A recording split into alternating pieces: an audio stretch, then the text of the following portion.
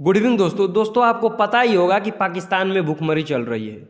मतलब वहाँ के लोग खाने के बिना मर रहे हैं, वहाँ पर खाने के लाले पड़े हुए हैं और इस भूखमरी से रूस उनके लिए भगवान बनकर आया। इस भूखमरी से पाकिस्तान को बचाने के लिए रूस भगवान बनकर आया है। कैसे भाई साहब? रसिया और पाकिस्तान के बीच डील हुई है।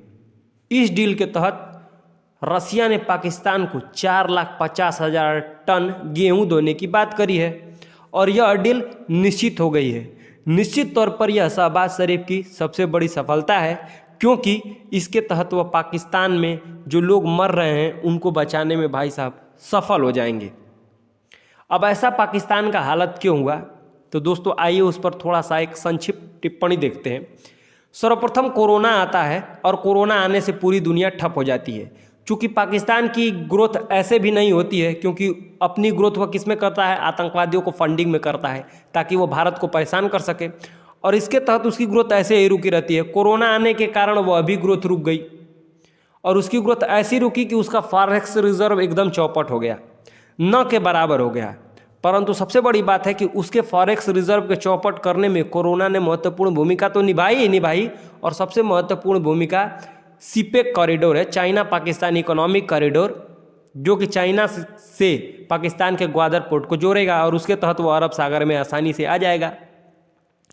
अब इस कॉरिडोर को बनाने के लिए जितना चाइना ने पैसा लगाया और जो पाकिस्तान ने उसमें लोन डाला, इसके तहत उसका कर्जा इतना हो गया है कि अगर वो पूरे पाकिस्तान को बेच दे, पूरे पाकिस्तान को बेचने का मतलब कि कितना आपका फॉरेक्स रिजर्व है वही डिसाइड करता है कि आपके पास कितने आपकी कंट्री की कीमत है।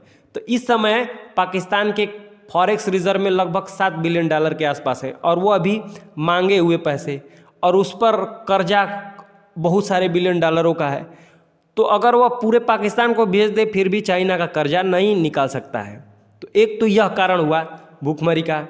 दूसरा कि वह जब उसे पैसा मिलता था तो वो लोगों की मदद न कर कर वह क्या करता था? आतंकवादियों को फंडिंग करता था। भाई साहब, अगर वो आतंकवादियों को फंडिंग नहीं करेगा तो आतंकवादी भी उसे धमकी देते हैं, उसके मस्जिदों में बम फोड़ देते हैं।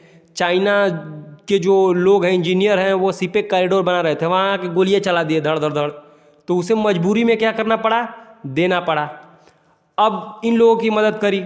तीसरा, आग में घी डालने का काम, बोले तो कंगाली में आटा गीला का काम कर दिया प्रकृति ने।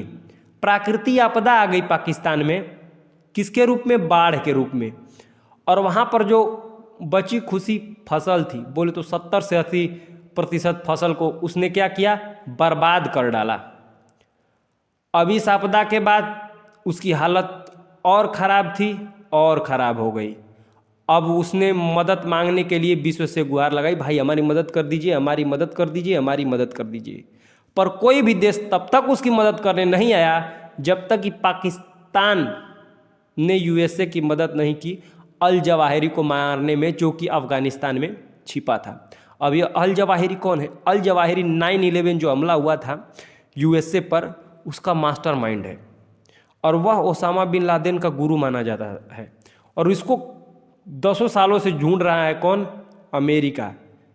परंतु पाकिस्तान तो भाई आतंकवादियों का पापा है, तो उसे पता है कि कहाँ छिपा हुआ है। उसने भाई साहब अपने बेटे का पता बता दिया और वह मारा गया। जब वह मारा गया तो यूएसए भाई साहब खुश हो गया, और यूएसए ने उसे आशीर्वाद के रूप में तुरंत $5 बिलियन का लोन थमा दिया। उसे FATF की ग्रे लिस्ट से बाहर कर दिया। FATF मतलब फाइनेंशियल एक्शन टास्क फोर्स की ग्रे लिस्ट से बाहर हो गया। अब जैसे ही वह बाहर हो गया, भाई साहब जो उसके फॉरेक्स रिजर्व में पैसे नहीं थे, कुल मिला जुला के $7-8 बिलियन इकट्ठे हो गए। पर दोस्तों $5 बिलियन भी उतने अधिक नहीं थे, क्योंकि लोगों को खाने के लिए पैसे नहीं आना चाहिए। फिर क्या था? उसने रूस से मदद मांगी कि देखिए हमारे यहाँ लोग मर रहे हैं, हम समझते हैं कि आप थोड़ा हमसे नाराज़ है, परंतु हमारे लोगों से क्या नाराज़गी, आप हमारे लोगों की मदद कर दीजिए। भाई रसिया पर दोस्तों भारत का प्रभाव है। भारत हमेशा लोगों की मदद करता रहता है, तो वो भी कहा चलो ठीक है मदद करते हैं, और इसके तहत उसने 4,50,000 टन गेहूं देने की बात करी है। उसने इसको तेल देने की भी बात करी है, छूट पर। देखते हैं कितने छूट पर वह तेल देता है। थोड़ा सा दयावान हो गया है रसिया। अब कुछ दोस्त सोच रहे होंगे कि पाकिस्तान दूसरे देशों पर ही क्यों निर्भर रहता है। एक्चुअल में जैसे कि भारत दूसरे देशों पर निर्भर नहीं रहता है। भारत क्या है कि अपने अनाज को एक्सपोर्ट करता है, परंतु पाकिस्तान ऐसा नहीं कर पाता है। इसका कारण है, जैसे कि कोई भी प्राकृतिक आपदा आती है किसी देश में, तो वह देश उसको तैयार करने के लिए एक बैकअप प्लान रखा रहता है कि हो सकता है ऐसा हो जाए। पाकिस्तान के पास कोई भी बैकअप प्लान नहीं है, क्योंकि वह क्या करता है, वह अपने पैसों का केवल उपयोग आतंकवादियों को प्रोड्यूस करने के लिए करता है। मैं जानता हूं कि यह थोड़ा हार्श है, पर यही ट्रू है। भारत में भी ऐसी हालत एक बार हुई थी, परंतु भारत ने इस आपदा से निपटने के लिए क्या करा था दोस्तों, आपको याद होगा, ग्रीन रेवोल्यूशन, क्रांति लगाई थी, और जिसके बाद भारत की स्थिति इतनी मजबूत हो गई है कि अब वो क्या करता है, गेहूं, चावल इत्यादि का जो होता है, जो गरीब देश हैं उनको बांटा करता है कि तुम ये ले लो, तुम इतना ले लो। होप करता हूँ दोस्तों आपको यह विश्लेषण